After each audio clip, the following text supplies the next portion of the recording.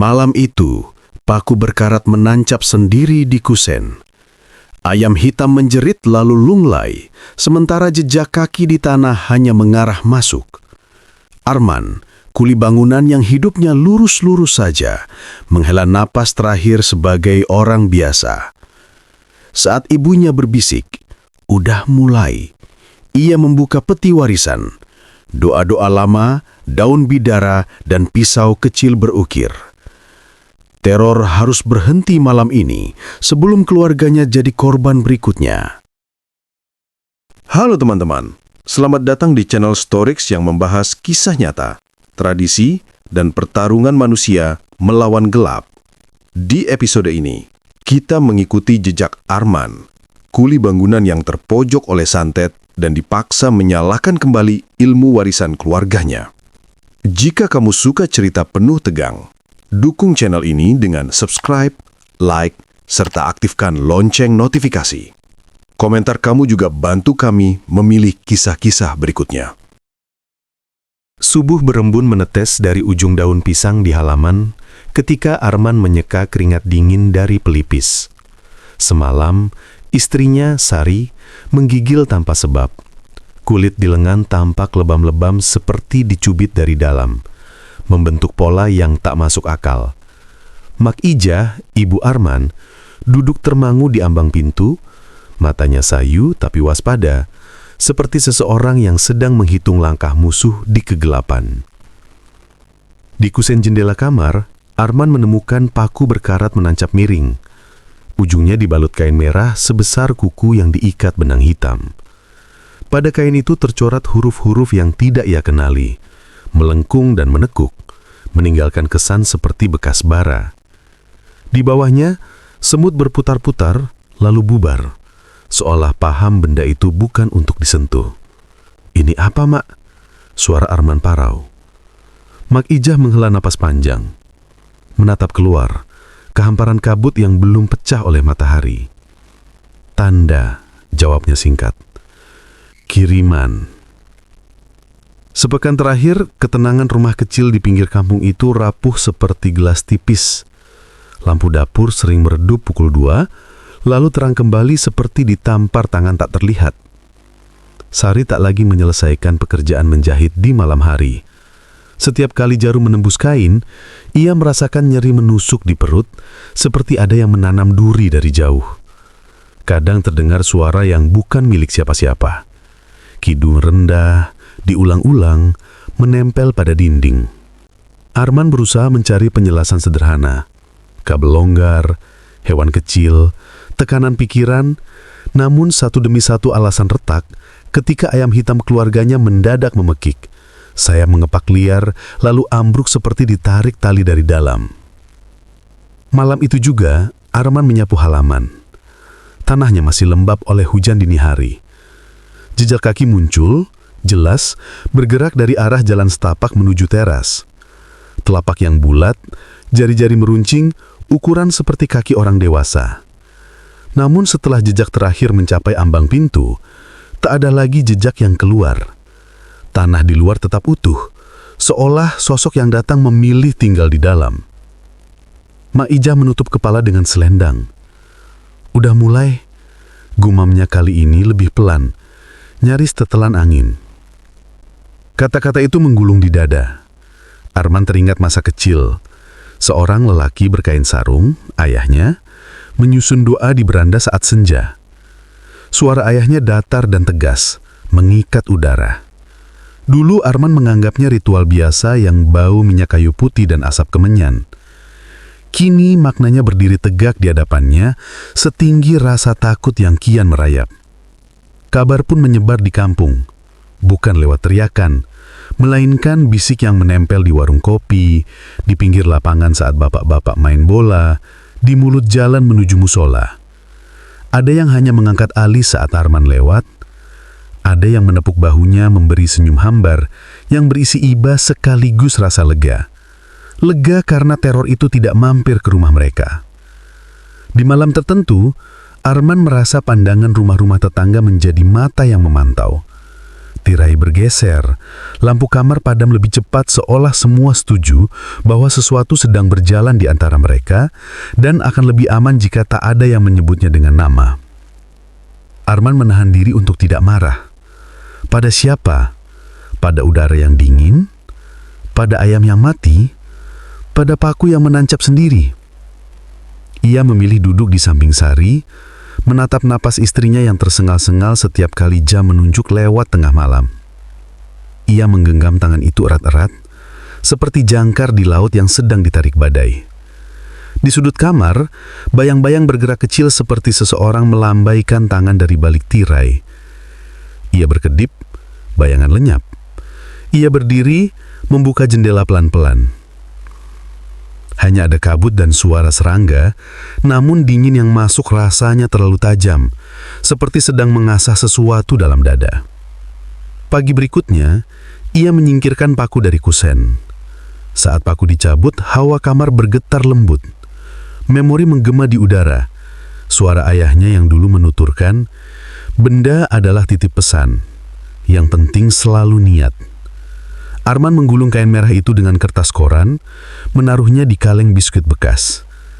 Ia menatap Mak Ijah. "Kita harus apa, Mak?" Mak Ijah tidak langsung menjawab.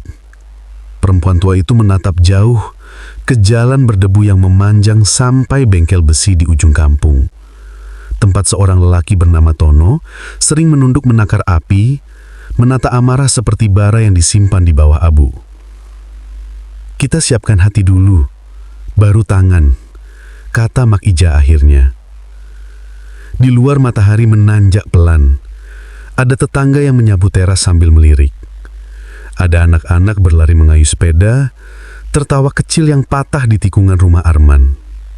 Hari kembali seperti biasa. Namun Arman tahu, ketenangan ini hanya jeda antara dua gelombang. Dan malam nanti, entah apa yang kembali mengetuk. Desas-desus menyebut satu nama, Tono, tukang besi yang bengkel kecilnya menjadi nadi alat-alat kampung, cangkul, sabit, pisau dapur, kunci pas. 2 tahun lalu, sebuah proyek bangunan roboh sebelum selesai. Bukan karena kesalahan Tono sepenuhnya, tapi rangka jalur air yang terlambat datang, semen yang terlanjur mengeras, hitungan mandor yang keliru. Uang upah beberapa pekerja harus dipotong untuk menambal kerugian. Saat itu, Arman yang dipercaya mandor untuk menyampaikan kabar pahit ke para pekerja. Ia ikut mengembalikan sebagian upahnya sendiri, berharap meredakan marah. Tapi amarah jarang tunduk pada logika. Tono merasa harga dirinya dihancurkan. Bengkel sepi pesanan, rumor beredar bahwa besi garapannya kurang baik, padahal masalahnya bukan di besi. Ia melihat Arman sering berbicara empat mata dengan mandor. Dalam benaknya, kedekapan itu adalah bukti. Dia yang ngatur, dia yang bikin aku kehilangan pelanggan. Begitu kira-kira kalimat yang berputar seperti batu giling di kepalanya. Satu persatu, sore yang dulu dipenuhi bunyi palu menjadi panjang dan hambar. Suara arang menyala pun terdengar seperti keluhan. Arman mengerti Tono terluka. Ia pernah beberapa kali mampir menawarkan kerjasama. Pesanan alat dari proyek bisa lewat Tono. Tapi Tono menolak dengan mata dingin, menyalakan api lebih besar hingga percikan melompat seperti bintang yang marah. "Gak perlu ibamu," ucapnya tanpa menatap. Sejak itu, tali silaturahmi mengendur lalu nyaris putus. Di rumah, Mak Ijah membawa kendi tanah liat yang tersimpan di bawah dipan. Kendi itu berbau tanah basah dan kayu. Di dalamnya ada segenggam daun bidara kering, garam kasar setua ombak, dan sebilah pisau kecil dengan gagang yang diukir motif sulur. Ukirannya halus, bukan untuk menakut-nakuti, melainkan seperti penanda sesuatu yang selalu lebih tua dari pertengkaran manusia. Bapakmu dulu dipanggil orang bukan buat nyakitin, buat ngejahit yang robek, nutup yang kebuka. Ia mendorong kendi itu ke arah Arman. Warisan bukan selalu harta, kadang cuma cara memegang diri. Arman menatap benda-benda itu dengan perasaan campur aduk. Sejak remaja, ia menjaga jarak dari apa yang ia anggap urusan orang tua.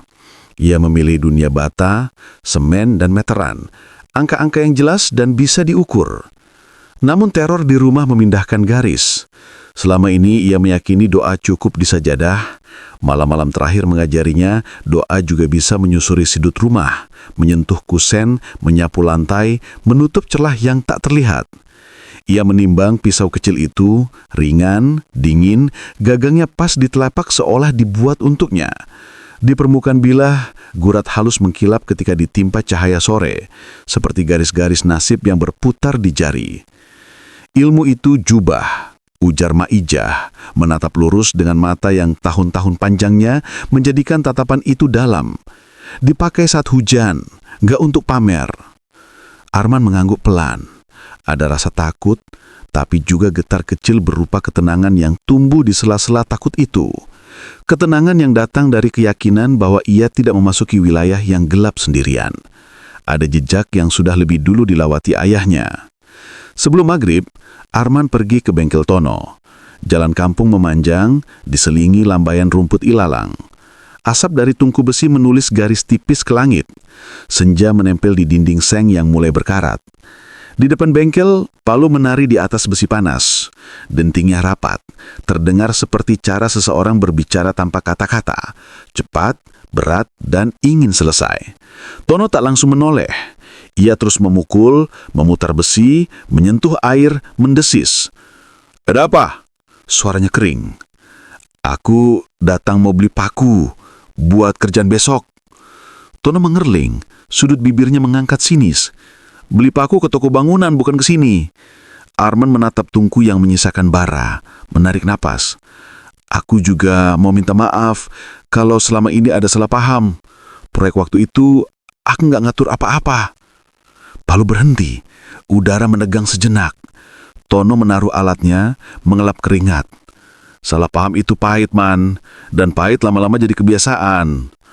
Arman ingin melangkah dekat, tapi sebuah sensasi aneh menyentuh tengkuknya. Dingin, seperti bayang awan menutupi matahari. Ia menoleh. Sekeleban, ada sosok di ujung jalan, atau hanya baju di tali jemuran yang bergoyang. Sekejap itu cukup membuatnya sadar, bukan waktunya memaksa perdamaian. Ia mundur satu langkah, memberi ruang. "Aku titip salam. Kalau butuh bantuan proyek kecil, kabari. Aku akan berusaha." Tono tidak menjawab. Arman pergi meninggalkan bunyi palu yang kembali mengetuk, kini terdengar lebih berat, seperti menumpuk sesuatu di dalam. Di rumah, Maijah telah menyiapkan air di baskom. Daun bidara diremas hingga aroma getirnya merebak, garam dilarutkan sampai bening. "Malam ini kita pasang pagar. Kita tutup pintu yang gak kelihatan." Arman menempelkan telapak tangannya pada kendi tanah liat. Di dalam dadanya, ada suara seperti pintu tua yang lama terkunci lalu diputar kuncinya. Berderit, ragu, lalu perlahan terbuka. Ia tidak tahu apa yang ada di balik pintu itu, tetapi ia mengerti. Untuk melindungi Sari dan ibunya, ia harus masuk. Malam turun dengan cara yang asing. Tidak gelap, tapi padat. Seperti udara yang memegang bahu. Arman menyalakan lampu minyak di ruang tengah. Nyala kecil itu tidak sekadar memberi terang, melainkan memaku perhatian pada hal-hal yang biasanya luput. Retakan halus di dinding, debu tipis di ujung figura, benih-benih sunyi yang mengendap di bawah meja. Ia menutup semua cermin dengan kain putih. "Biar nggak ada pintu tambahan," katanya. Sari mengangguk, matanya sayu, bibirnya pecah, namun pandangannya teguh. Arman menyiapkan air rendaman bidara. Ia meremas daun hingga seratnya patah, melepaskan aroma getir yang berbaur dengan wangi minyak tanah. Garam kasar ditaburkan ke dalam air, melarut seperti kabar buruk yang perlahan pudar. Ia mengingat satu-satu doa dari ayahnya, basmalah yang dirapalkan dengan ritme nafas, ayat-ayat yang melukis pagar di sekeliling rumah, salawat yang menjadi selimut untuk ketakutan. Di setiap sudut rumah, Arman mengusap lantai dengan air itu, meninggalkan jejak basah yang menguap sambil membawa pergi sesuatu yang berat. Di kamar, Sari meneguk seteguk air bidara. Wajahnya meringis, seperti menelan kenangan pahit. Mak Ijah duduk di samping memegang benang putih. "Ini bukan jimat," katanya pelan. "Ini pengingat." Benang diikat melingkar di pergelangan tangan Sari. Simpulnya sederhana, longgar, sehingga mudah dilepas. Yang menguatkan bukan talinya, tapi yang kau minta di dalam hati.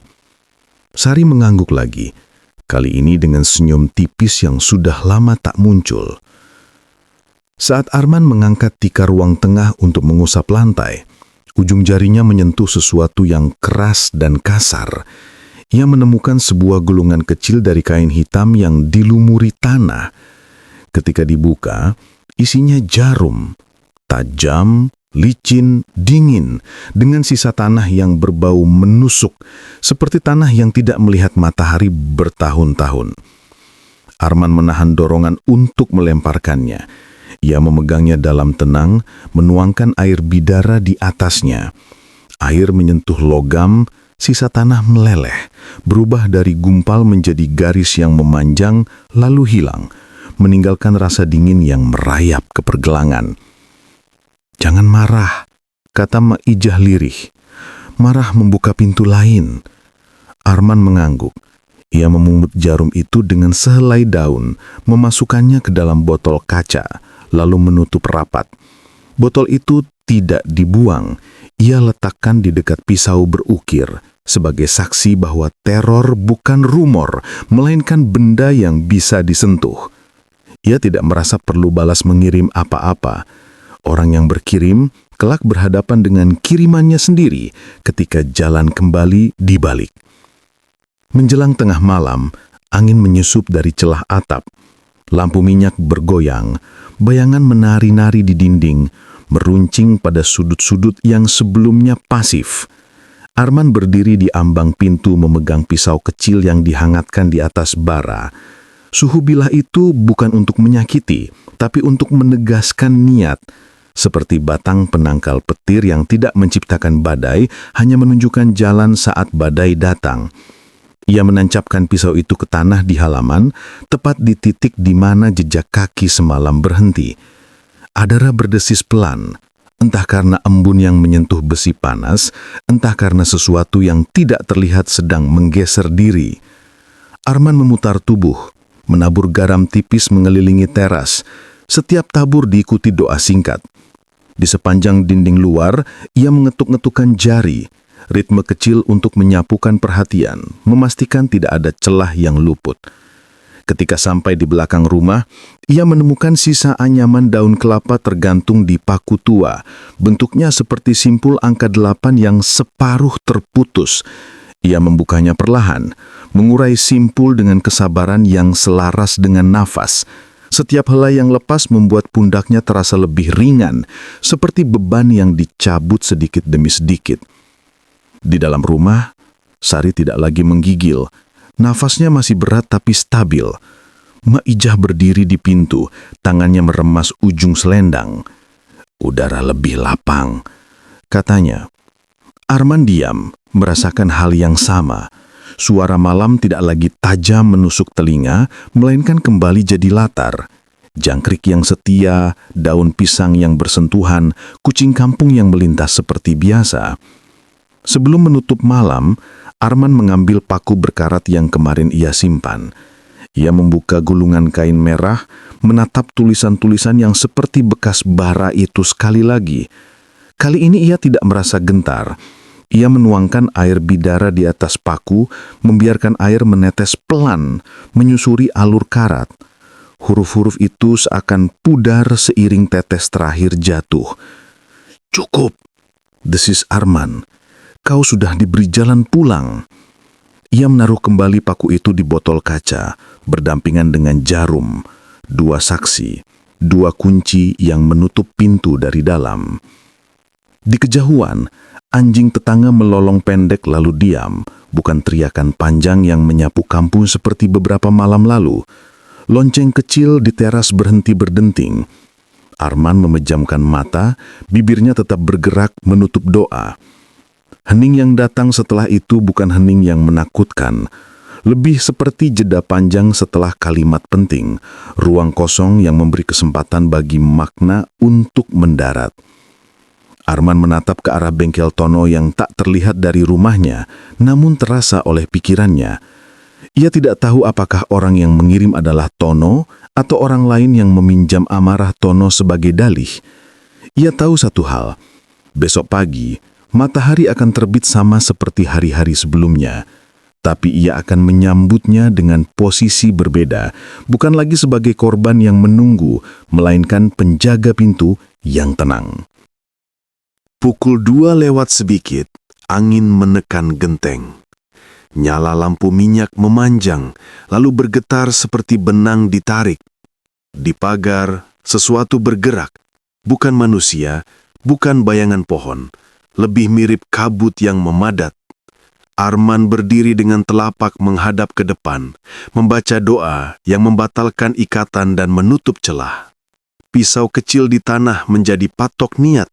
Ia tidak menyerang, hanya menegaskan batas. Sari menahan napas di balik tirai. Maijah melantunkan selawat lirih, menyambung bacaan Arman seperti dua aliran sungai. Asap tipis merayap di halaman, mendekat, menunduk pada pisau, lalu memantul seperti terbentur sesuatu yang tidak tertangkap mata.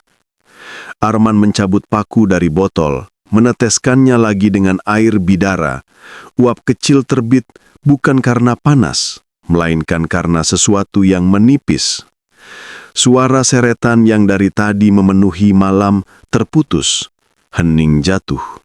Bayangan di pagar melumer, meresap ke tanah, menghilang seperti hujan yang diserap akar. Di sudut ruangan, jam dinding berdetak biasa. Tak ada lagi denting yang tidak wajar. Sari mengusap pergelangan yang diikat benang putih. Simpulnya tetap, tapi rasa sakit di perutnya surut seperti air yang taat pada pasang.